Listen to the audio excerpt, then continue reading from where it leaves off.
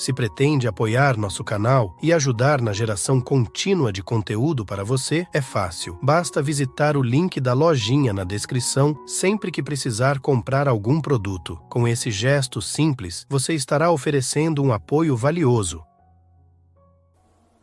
O amor não é seletivo, assim como a luz do sol não é seletiva.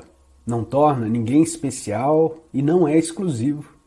A exclusividade não tem a ver com o amor de Deus, mas com o amor do ego. Entretanto, a intensidade do amor pode variar.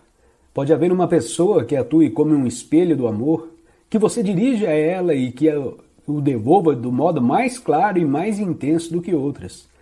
E se essa pessoa sente o mesmo em relação a você, pode-se dizer que as duas têm um relacionamento amoroso. O vínculo que liga as duas pessoas é o mesmo vínculo que nos liga a pessoa sentada ao nosso lado no ônibus, ou a um pássaro, a uma árvore, a uma flor. Só o que diferencia é o grau de intensidade com que sentimos. Mesmo em um relacionamento tido como viciado, podem existir momentos em que alguma coisa mais real se destaca, algo além das necessidades doentias do casal. São momentos em que a sua mente e a do outro cedem por um curto período e o sofrimento do corpo fica temporariamente adormecido. Isso pode acontecer durante uma relação física mais intensa ou quando o casal está presenciando o milagre do nascimento de uma criança, ou na presença da morte, ou quando um dos dois está seriamente doente, ou qualquer coisa que faça a mente perder a força. Nessas ocasiões, o ser, normalmente escondido debaixo da mente, se revela e torna possível o verdadeiro entendimento. O verdadeiro entendimento é uma comunhão, a realização da unidade, que é o amor. Normalmente, esse entendimento desaparece rapidamente. Tão logo a mente e a identificação da mente reaparecem, deixamos de ser quem somos e voltamos a brincar e a representar para satisfazer as necessidades do ego. Voltamos de novo a ser uma mente humana, fingindo ser um humano, interagindo com outra mente e representando um drama chamado amor. Embora possa haver curtos lampejos, o amor não consegue florescer, a menos que estejamos permanentemente livres da identificação com a mente e que a presença seja bastante intensa para dissolver o sofrimento do corpo. Assim, o sofrimento não consegue nos dominar e destruir o amor. Existe uma maneira pela qual você pode usar o sofrimento quando ele aparece. E daí, aceitar aquilo que é no percurso do sofrimento é desistir da resistência. E de repente, esta é uma maneira de encontrar aquilo que está além da forma. Quando você sofre, e você, de bom grado, você pode praticar isso se você tiver uma doença ou o que seja. Aceite completamente aquilo que é. Não aceite a idade de doença, a ideia de doença. Eu falei sobre isso antes em algum lugar. Aceite simplesmente o que você sente neste momento. Traga aceitação para isso. O que quer que surja neste momento, isto é o que é. Isto liberta você do mundo da forma. Se você aceitar a forma por completo, isto liberta você da forma. Isso é um milagre. Se você não aceitar a forma desse momento, você é pego pela armadilha do movimento de reação. O que significa que você está mais preso ainda à forma. Então, entrega significa aceitar o que quer que surja. E lá está a cruz e ele diz, se você aceitar, então é a cruz quem carrega você.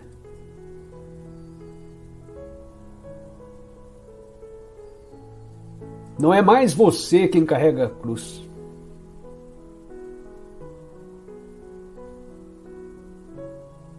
Isso não é impressionante? Daí o sofrimento muda de direção. E de repente se torna uma abertura para o reino do transcendente. Através da entrega, e a antiga tradição cristã nos traz uma lição do ser humano na cruz, que diz que não seja feita a minha, mas a vossa vontade.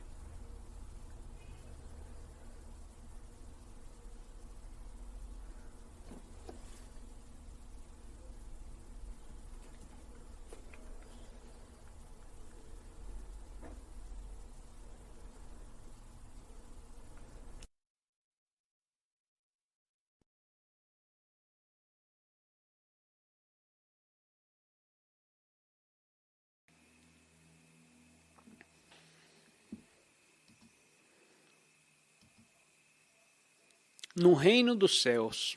Alguém já usou essa expressão? Minha tradução de reino é dimensão. Céu, o céu é o espaço. Então, quando Jesus falou sobre o reino dos céus, ele estava apontando para algo no mundo percebido pelos sentidos, a fim de fazer com que as pessoas sentissem o que ele estava falando no nível interior. Então ele escolheu o céu, porque é a coisa mais espaçosa que existe. E o céu é talvez a única coisa nessa dimensão da percepção sensorial, a única coisa que você pode ver que não é uma coisa. Porque o céu não existe como céu. Não existe céu. Você nunca pode tocá-lo ou estar nele. Ou se você subir em um foguete, você passará por uma nuvem, mas você nunca pode dizer, bom, agora eu estou no céu, porque simplesmente não há céu. É apenas uma maneira pela qual percebemos o espaço. Então ele usou essa analogia para apontar para algo dentro de você. A dimensão da amplidão, o reino dos céus. A dimensão da amplidão que está dentro de você, que é consciência, pura consciência. Essa é a única coisa, a coisa mais importante, disse ele, a coisa mais importante com a qual você deve se preocupar. Encontre isso dentro de você e todo o resto se resolverá. É uma tradução livre do que ele disse. Todo o resto se encaixará. Apenas sua tarefa principal aqui, como ser humano, é encontrar essa dimensão de consciência em você. Então, você cumpriu sua tarefa como ser humano. Não que necessariamente a sua vida vai chegar ao fim, porque você pode então estar aqui em uma capacidade muito mais benéfica, porque algo mais se expressa através de você, não mais o ego, a identidade limitada do ego, e pode falar e agir e fazer ou apenas emanar através de você para esse mundo. Você se torna uma expressão da dimensão transcendente. Não uso a palavra Deus com muita frequência porque ela é enganosa. Em primeiro lugar, porque tem sido mal compreendida e mal utilizada ao longo de tantos séculos. E também porque o próprio termo parece encapsular isso, como se fosse algo finito. Deus. Quase todo mundo imagina algum tipo de entidade quando você diz Deus. Tipo, onde ele está? Ah, ele? Veja bem, a maioria das pessoas ainda o chama de ele. Deus é um ponteiro. Um pouco melhor seria dizer, por exemplo, bem, o que eu disse ainda há pouco, a dimensão do transcendente. E o mesmo, o que eles usaram em Guerra nas Estrelas, tornou-se tão popular Novamente é um termo que eles usaram que não é tão encapsulado quanto a palavra Deus. A força. Que a força esteja com você. Ok? Onde está a força? A força está em toda parte. Havia uma leve mensagem espiritual nisso. E é por isso que tantas pessoas gostaram. Porque todos estão procurando por isso em algum lugar. Eles adoraram o termo que a força esteja com você. O divino, você poderia até dizer que é menos fechado do que o termo Deus. O divino é mais um conceito aberto. Deus é um conceito mais fechado. E, inevitavelmente, por causa do uso indevido, as pessoas inevitavelmente ainda imaginam algum tipo de entidade masculina. Você não pode fugir disso. E um controlador, um patriarca, ou alguém que não fez um bom trabalho. Eu poderia ter feito melhor que Deus, portanto, Deus não existe. Eles sempre dizem isso. Você ouve às vezes.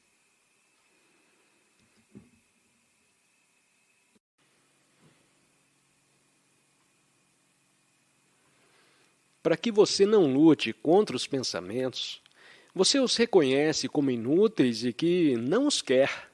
Então você simplesmente retira a atenção deles, não os alimentando com sua consciência. Isso ajuda a quebrar o ciclo de pensamento compulsivo, que é não apenas compulsivo, mas também viciante. Um dos maiores vícios que a maioria dos humanos, provavelmente no planeta, é o vício em pensar demais. O pensamento excessivo que induz a felicidade. Talvez você não acredite nisso, mas quantos milhões de pessoas tornam suas vidas miseráveis por meios de milhões de pensamentos profundamente negativos, desnecessários, viciantes e destrutivos? É uma quantidade enorme de inconsciência sendo gerada. Não apenas as pessoas fazem isso consigo mesmas, mas quando você está profundamente identificado com o pensamento obsessivo e negativo, isso também influencia a maneira como você age. Se habitualmente os pensamentos que passam pela sua cabeça são destrutivos e você tem inimigos mentais com os quais está lutando, sem perceber que seu maior inimigo vive entre suas duas orelhas. Então você acaba tendo inimigos reais na vida. Assim você exterioriza isso, e isso se torna um mundo que você cria, tornando-se um filtro através do qual você experimenta a chamada realidade, que acaba se tornando a sua realidade. E não é uma realidade agradável. Agora, se imaginarmos milhões de pessoas vivendo em tal estado inconsciente, elas criam sua realidade coletiva. Grande parte disso é retratado nas notícias mundiais todas as noites e na internet. Portanto, uma vez que você saiba que não os quer, você tem uma escolha.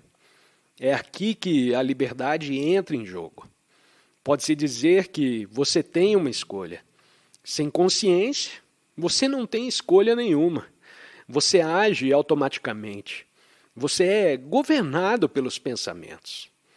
Mas quando você se torna consciente, quando você se desidentifica dos pensamentos e redireciona sua atenção para o corpo interior, você recupera a sua liberdade. Você não precisa mais ser escravo dos pensamentos compulsivos e negativos. Você pode escolher onde colocar sua atenção e como responder à vida de uma maneira mais consciente e criativa. A prática da consciência do corpo interior e da respiração consciente é uma forma poderosa de romper com um ciclo de pensamento compulsivo e recuperar sua liberdade interior. Ao se conectar com o momento presente e se tornar consciente do corpo, você pode encontrar um espaço de paz e tranquilidade que está além dos pensamentos incessantes. Esse é um caminho para a verdadeira liberdade e autotransformação. Funciona automaticamente. Você é pré-programado e o que passa pela sua mente é a programação, o condicionamento de sua mente desde a infância, criado pelo seu ambiente pessoal e cultural. Você é apenas um programa em funcionamento e não tem escolha, porque está tão identificado com o programa que está dormindo. Assim que você se torna consciente, a escolha entra em cena. Esse é um tópico interessante sobre o livre-arbítrio. Às vezes as pessoas fazem perguntas filosóficas, como: existe livre-arbítrio?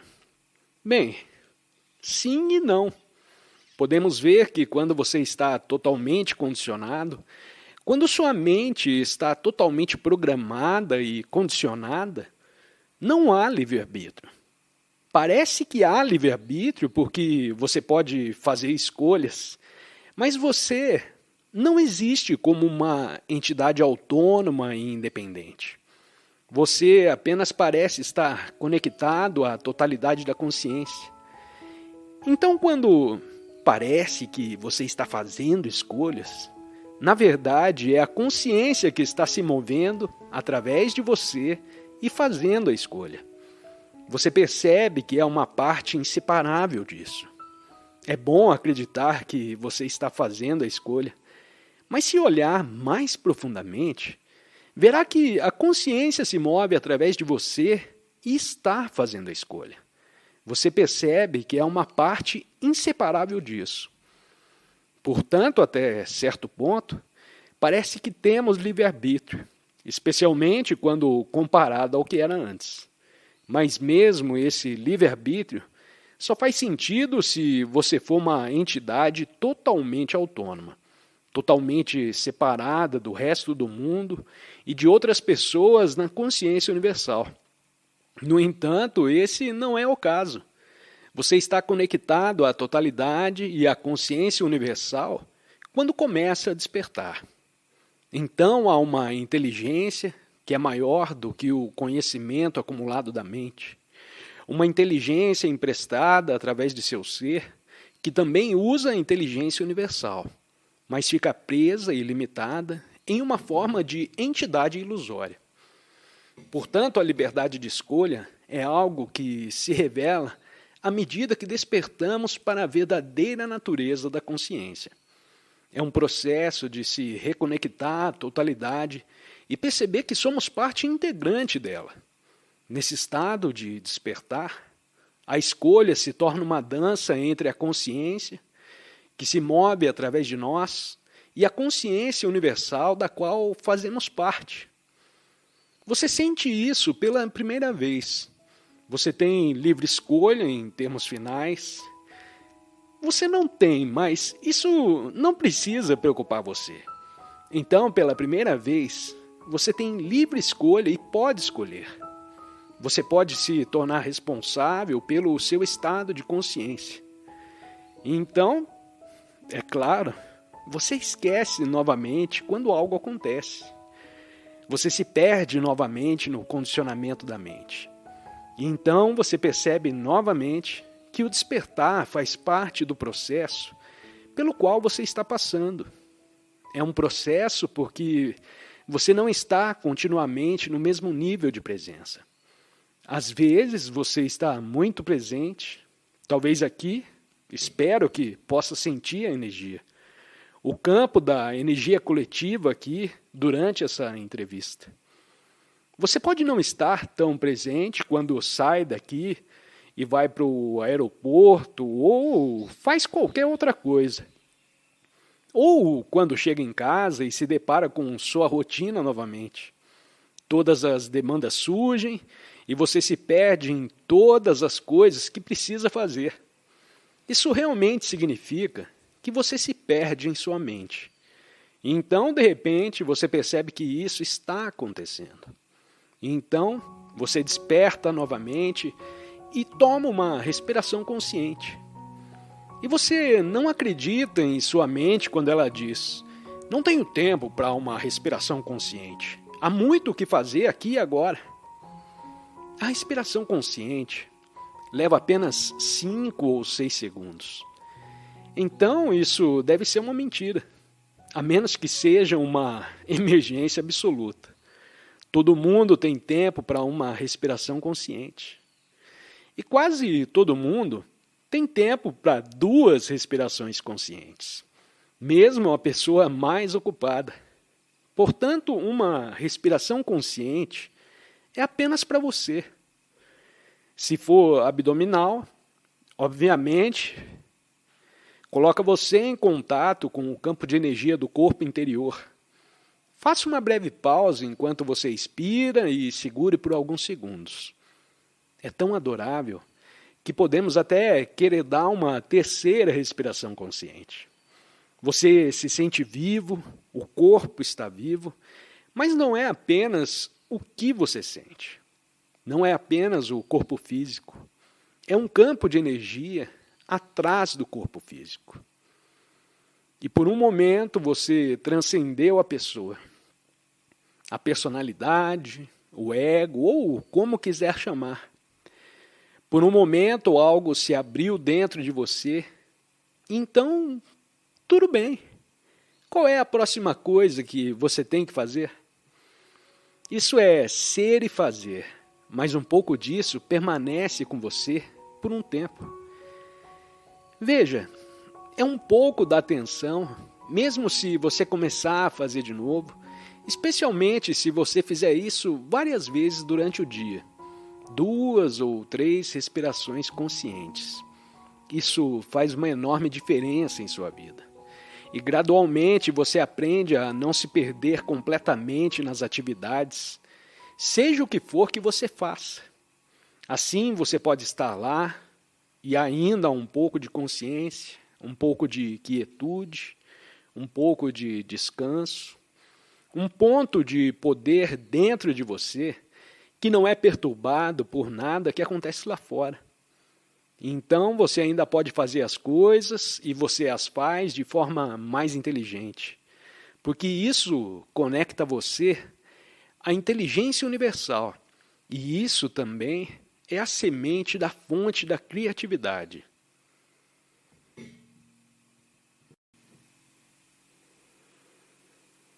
Quando você usa sua mente para resolver um problema e pensa sobre as possibilidades, você pode falar sobre isso com alguém ou fazer isso sozinho e acredita que está funcionando, mas então não consegue encontrar uma solução e é hora de fazer 2, 3 ou 4 respirações conscientes. Então, em quietude, você fica tranquilo e sente o poder que vive em você. E quando você começa a pensar novamente, muitas vezes surge uma nova percepção ou solução para o problema. E se não for imediato, você repete o processo algumas vezes. E no momento em que menos esperar, de repente terá um insight. Ah, isso é a solução. Ou, isso é o que eu tenho que fazer. Isso acontece frequentemente. Outra coisa que ocorre, que é um pouco misteriosa ou estranha, como algumas pessoas podem chamar, é que quando você está conectado a esse ponto de poder, ao corpo interior, geralmente ocorrem eventos casuais ou encontros sincrônicos. Parecem ser exatamente a coisa certa no momento certo. Acontecem eventos úteis com mais frequência. Encontrar a pessoa certa em um encontro casual, por exemplo, ninguém pode prever de que maneira isso ocorrerá.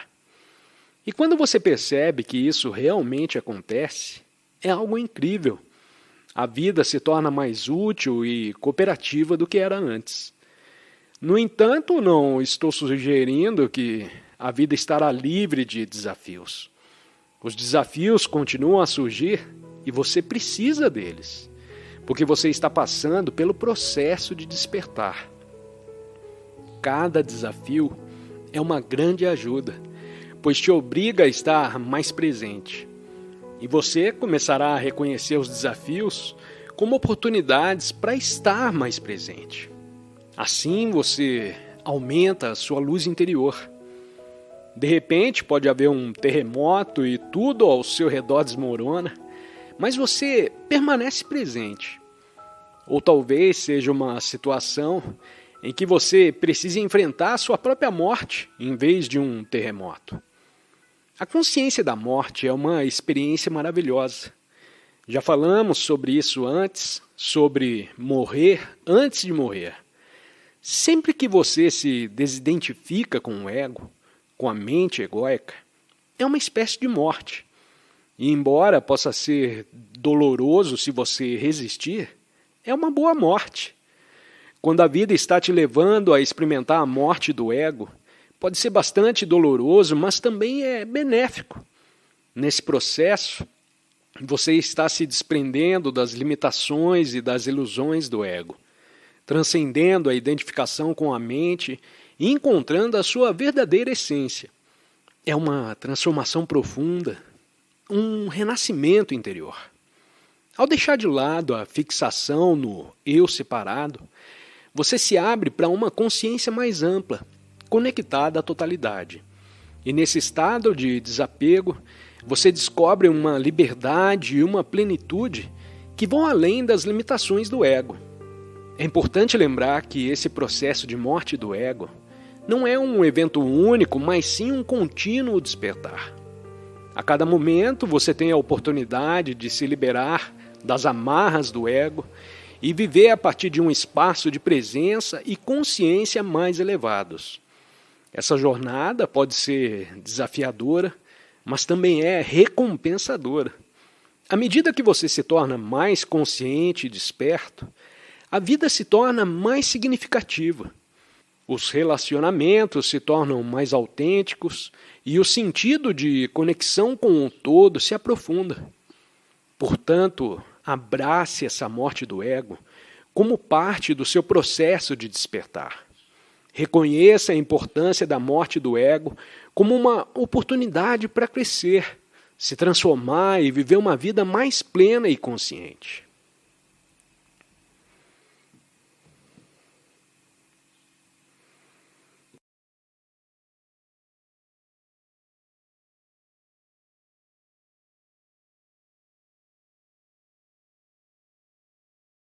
Se pretende apoiar nosso canal e ajudar na geração contínua de conteúdo para você, é fácil. Basta visitar o link da lojinha na descrição sempre que precisar comprar algum produto. Com esse gesto simples, você estará oferecendo um apoio valioso.